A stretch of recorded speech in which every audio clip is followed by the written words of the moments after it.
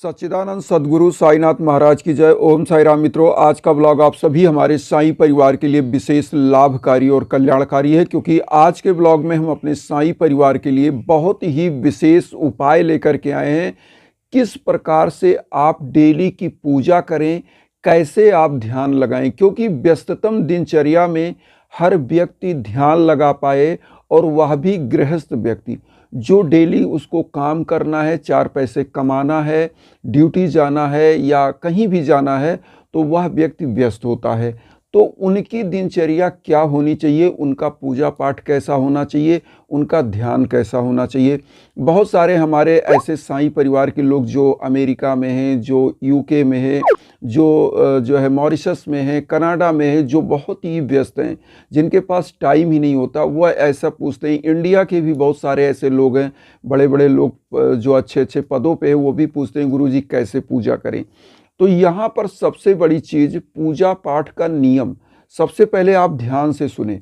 देखिए, होता क्या है कि जब हम वेदों के पीरियड में थे, वैदिक युग में, उस समय क्या था, गुरुकुल की परंपरा हुआ करती थी, और जो स्टूडेंट हुआ करते थे, जो वेदा अध्ययन किया करते थे, चूँकि उस समय साइंस और विज्ञान की इस प्रकार की पढ़ाई नहीं होती थी। उस समय ज़्यादातर गुरुकुल में जो नॉलेज की चीज़ें होती थी, हमारे आध्यात्म की चीज़ें होती थी, तो गुरु के पास शिष्य रहा करते थे, उनके समीप में, और उनकी सेवा करते थे, वहाँ पढ़ते थे, वहाँ ध्यान, योग, व्यायाम सब होता था। लेकिन आज क्या है कि उस प्रकार के गुरुकुल नहीं है। आज व्यावसायिकता ने रूप ले लिया है।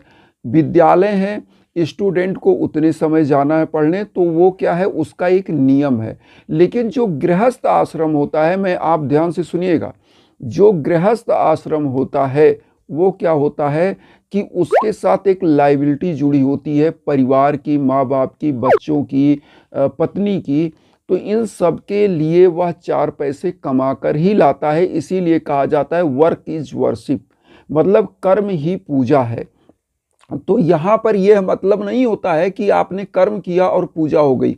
पूजा का मतलब ये होता है कि अपने इष्ट देव का, मैं बार बार कई ब्लॉग में यह चीज़ बताया हूँ कि नैनो सेकंड, अगर इस कलयुग में आप नैनो सेकंड भी भगवान का ध्यान कर लेते हैं, मैं यहाँ पर मिनट की बात नहीं कर रहा हूँ, घंटों की बात नहीं कर रहा हूँ, दिन की बात नहीं कर रहा हूँ, यहाँ नैनो सेकंड, सेकंड के भी बहुत सारे छोटे से हिस्से में मैं बात कर रहा हूँ। अगर आप नैनो सेकंड भी भगवान का ध्यान कर करके और अपने घर से जाते हैं, तो यह भी एक बहुत बड़ी पूजा है। अब यहाँ पर आता है कि अभी मेरे साथ एक लोग पूछे कि गुरुजी मैं गया था, एक गुरुद्वारे में गया, फिर वहाँ मंदिर गया। बहुत सारे लोगों का ऐसा क्वेश्चन आया था, उन्होंने मेरे इंस्टाग्राम पे किया कि गुरुजी मंदिर के गुरुजी कहते हैं कि 4 बजे 3 बजे भोर में जग जाओ और ऐसा करो तो पूजा करो तो सफल होता है।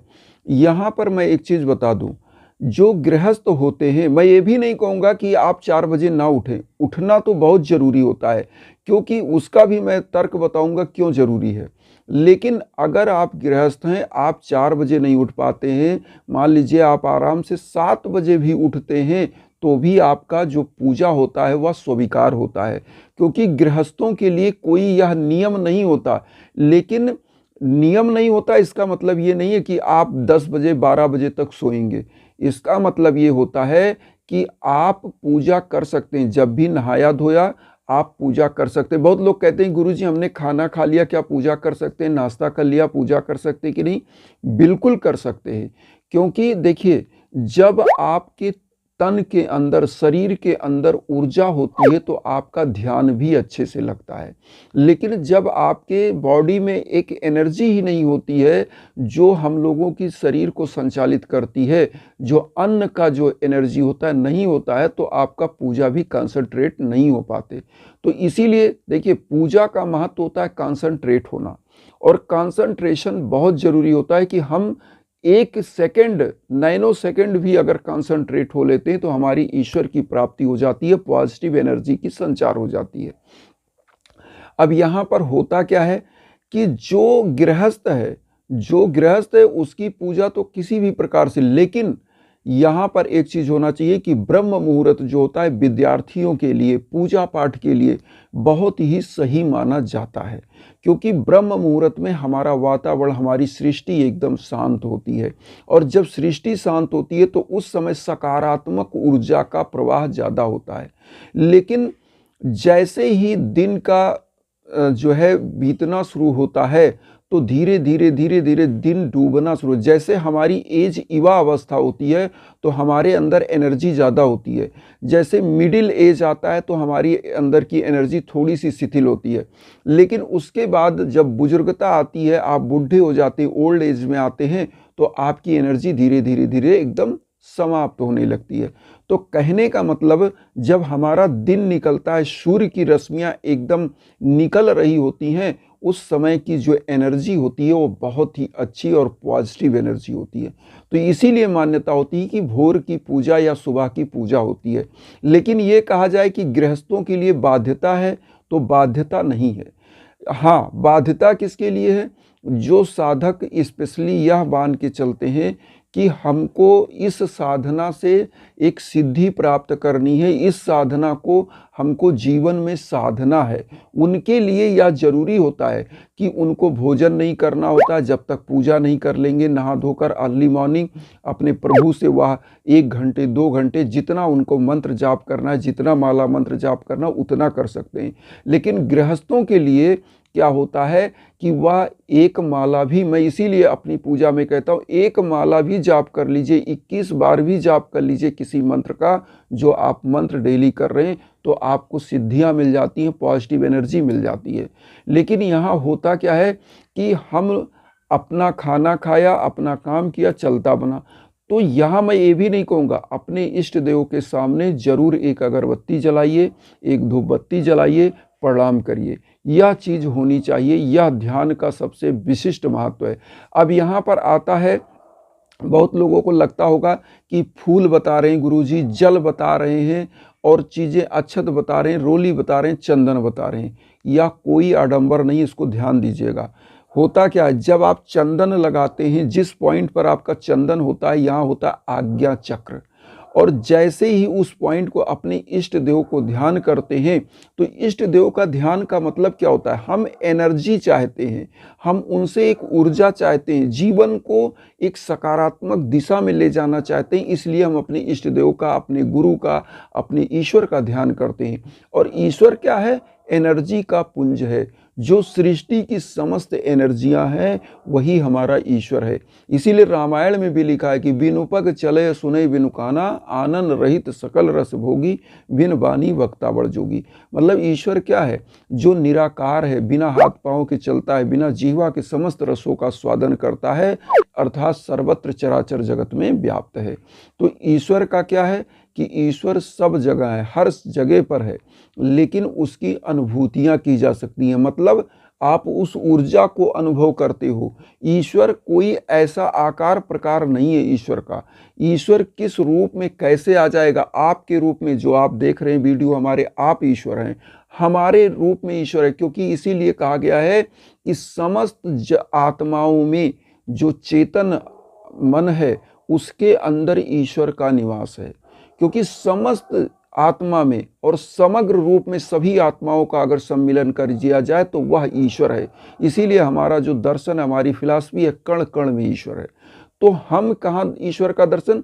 जितनी जीव आत्माएं हैं, चाहे वह कीड़े मकोड़े हों, चाहे वह जानवर हो, चाहे हम आदमी हो, पुरुष इंसान हो, कोई भी हो, सब के अंदर वही परमात्मा का निवास है। इसीलिए किसी भी जीवात्मा को सताने की बात नहीं कही जाती है, किसी को नहीं सताना चाहिए। जितना हो सके उसको दान दक्षिणा यज्ञ याजन जो अपने आप से आप कर सकते हैं उसके लिए करिए। और यहाँ पर सबसे बड़ी चीज़ होती है कि जब आप किसी की आत्मा को नहीं सताते हैं, किसी को हर्ट नहीं करते हैं, तो ईश्वर निश्चित रूप से आपके लिए मार्ग प्रशस्त करता है, सफलता का मार्ग ये होती है। अब यहाँ पर एक चीज़ और ध्यान दीजिए, जब गृहस्थ के लिए यह बताया गया है कि जैसे मैंने बताया कि पूजा में फूल ले रहे हैं, फूल क्यों लिया जाता है? फूल इसलिए लिया जाता है कि वह आपको एक पॉजिटिविटी देती है। फूल जब खिला होता है, आप उसको देखते हैं और किसी के प्रति उस फूल को चढ़ाते हैं, तो हमारी क्या एक क्या व्यक्त होता है कि हमारी श्रद्धा व्यक्त होती है उस पुष्प को, लेकिन जो खिला हुआ पुष्प होता है जब उसको आप चढ़ाते हैं तो वह प्रभु के लिए सबसे बड़ा एक पॉजिटिव एनर्जी हमारी तरफ आता है। वो प्रभु को आप अर्पित करते हैं लेकिन आपकी तरफ आता है। लोटे का जल क्या करता है? जल एक ऐसा चीज है जो हमारी सृष्टि, हमारी सभ्यताओं का उद्भव कहाँ हुआ है? नदियों के किनारे। तो जल क्या होता है? उस चीज का प्रतीक है कि जल ही जीवन है। जब हम अपने प्रभु के नाम पर एक लोटा जल चढ़ाते हैं, और जल क्या करता है कि सूर्य की रश्मियों के सामने आप जल चढ़ाते हैं तो आपको समस्त प्रकार की रश्मियां उसकी जल के किरणों से टकरा करके आपके ऊपर आती हैं। तो होता क्या है कि आपके ग्रह गोचर सब समाप्त होते हैं जो आपके विरुद्ध होते हैं, और पॉजिटिव एनर्जी आपके अंदर आती है। और जो जल चढ़ाया जाता है, अगर इसका साइंटिफिक रीजन देखा जाए तो जल सृष्टि में आप गिराते हैं, वह जल क्या होता है? वाष्प बन के ऊपर जाता है, फिर वर्षा होती है, तो जल आना जाना लगा रहता है। तो कहने का मतलब कहीं ना कहीं हम प्रकृति से जुड़े हैं, उस ऊर्जा की हम पूजा करते हैं, उस एनर्जी की, और उसी एनर्जी को साध लेना ही हमारा जीवन सार्थक बनाता है। क्योंकि हमारे साईं खुद कहते हैं ना कि मुझे सदा जीवित ही जानो, अनुभव करो सत्य पहचानो। इसीलिए मैं बार बार कहता हूँ, अनुभूति होती है। कोई ईश्वर नहीं उतर के आ जाएंगे आपको स्वर्ग से लेके जाएंगे, स्वर्ग नर्क सब यहीं पर है। बस हमारी सोच कैसी है, हमारा धारणा कैसा है, वह चीज़ डिपेंड करता है कि ईश्वर आपको प्राप्त होगा या नहीं होगा। इसीलिए बहुत सारे लोग पूजा तो करते हैं लेकिन उनके मन अंदर दो चीज़ें जो साईं बाबा ने कहा है, श्रद्धा और सबरी, यह दो चीज़ उनके पास होती नहीं, इसीलिए पूजा सफल नहीं होता, ध्यान लगता नहीं। तो आप दो चीज़ हमेशा ध्यान करिए कि श्रद्धा होना चाहिए और सब्र होना चाहिए, और अपने कर्म के प्रति अडिग होना चाहिए। कर्म कभी छोड़ना नहीं है, पूजा तो करना है, और जब पूजा करते हैं तो कर्म को वह एकदम जबरदस्त बना देता है, आपको उधर सफलता मिलती है। तो आपका ध्यान एकाग्र होता है, आपका कर्म अच्छा होता है। इसीलिए कहा जाता है कि इस कलयुग में नैनो सेकंड भी अगर आप टाइम देते हो और भगवान के श्री चरणों में आप अपनी श्रद्धा व्यक्त करते हो और सद्मार्ग पर चलते हो तो निश्चित सफलताएं मिलती हैं। इसी भावना के साथ आप सभी लोगों से कहेंगे कि वसुधैव कुटुंबकम की जो भावना हम लेकर चल रहे हैं उसमें आप लोग चैनल को सब्सक्राइब करके अपना आशीर्वाद दीजिए। उन साई भक्तों तक वीडियो को जरूर शेयर करिए जो किन्हीं कारणों से कष्ट में, दुख में। इसी भावना के साथ ओम साई राम।